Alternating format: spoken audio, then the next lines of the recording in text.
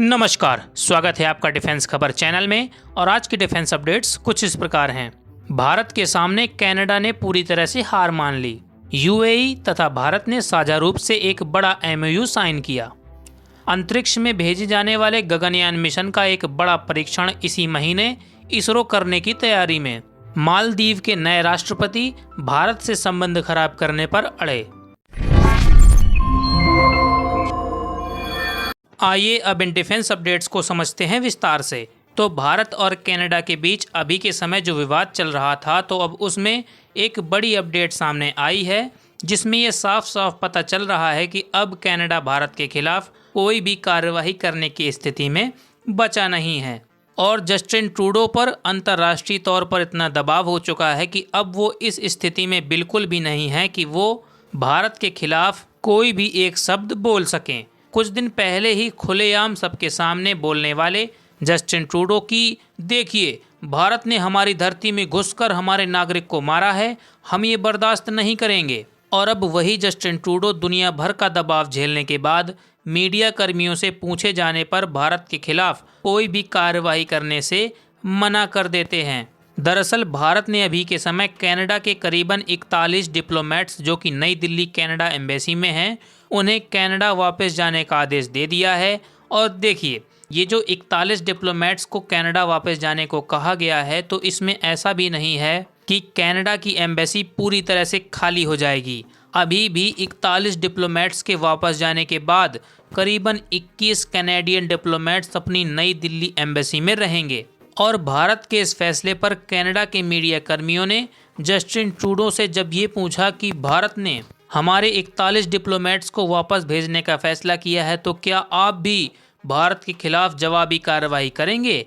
तो इसके जवाब में जस्टिन ट्रूडो ने फ्रस्ट्रेशन में आकर लिटरली ये कह दिया कि नहीं, हम भारत के खिलाफ कोई भी कार्रवाई नहीं करने वाले।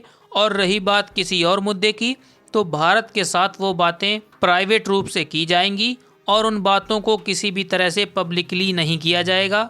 और ये स्टेटमेंट सुनने के बाद ये साफ हो गया है कि जस्टिन ट्रूडो को ये समझ में आ गया है कि वो धारा के विपरीत तैरने की जिद पर अड़े थे और उनकी तैराकी ज़्यादा देर टिकने वाली नहीं थी। हाल ही में आई रिपोर्ट्स के अनुसार भारत तथा यूएई के बीच एक बड़ा व्यापारिक एमओयू साइन किया गया है। इस कार्यक्रम में भारत की ओर से वाणिज्य एवं उद्योग मंत्री पीयूष गोयल तथा यूएई की ओर से यूएई के विदेश व्यापार राज्य मंत्री थानी अल-जौदी शामिल हुए। वहीं इस एमओयू में दोनों ही देशों में एक दूसरे का निवेश, व्यापार तथा हर तरह की व्यापारिक गतिविधि को मजबूती के साथ बढ़ाने पर जोर दिया गया। अभी के लिए इस एमओयू को 3 साल के लिए साइन किया गया है और हर 3 साल के बाद ये एमओयू अपने आप ही स्वचालित माना जाएगा, जब तक दोनों में से कोई एक देश इसे कैंसिल करके इस एमओयू से पीछे नहीं हट जाता। वैसे इस बात की संभावना ना के बराबर ही है कि आने वाले 15-20 सालों तक भारत यूएई के रिश्ते खराब हों, जिससे इस एमओयू पर कोई आँच आए। पर कौन जाने वर्ल्ड पॉलिटिक्स कैसी हो, कब किस देश के रिश्ते किससे खराब हो जाएं, कुछ पता नहीं है। इसरो द्वारा दी गई जानकारी में ये अपडेट सामने आई है कि गगनयान मिशन से संबंधित एक बड़ा परीक्षण किया जाना तय किया गया है, जिसमें इमरजेंसी स्थिति में चालक दल को बचाने की प्रणाली सही ढंग से कार्य करती है या नहीं, इस टेक्नोलॉजी को परखा जाएगा। और देखिए, ये परीक्षण सिर्फ इसलिए किया जा रहा है कि अगर मे बी कहीं से भी कोई भी इमरजेंसी मिशन के दौरान खड़ी होती है, तो जो इंसान उस रॉकेट में होंगे तो उन्हें बचाने में हम कितने कारगर हैं। इसरो सिर्फ यही कंफर्म करना चाहता है ताकि गगनयान मिशन फर्स्ट अटेम्प्ट में पूरी तरह से सफल हो और इसमें किसी भी तरह की कोई भी दुर्घटना होने की संभावना 0% हो। तो हाल ही में मालदीव में हुए आम चुनाव में चीन समर्थक लीडर मोहम्मद मुइज्जू राष्ट्रपति बन चुके हैं, जहां उन्होंने ये साफ ऐलान कर दिया है कि वो मालदीव में मौजूद भारतीय फोर्सेस को पूरी तरह से बाहर कर देंगे। हालांकि अब देखने वाली बात ये होगी कि क्या मालदीव के नए राष्ट्रपति ऐसा कर पाएंगे और क्या मालदीव भारत के साथ खराब रिश्ते अफोर्ड कर पाएगा।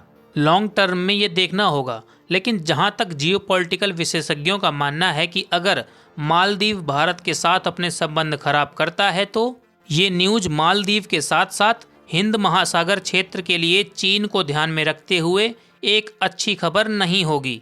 खैर, आज के इन सभी मुद्दों पर कोई सवाल या सुझाव हो तो कमेंट के माध्यम से आप हम तक पहुंच सकते हैं। आज के लिए इतना ही। जय हिंद, वंदे मातरम।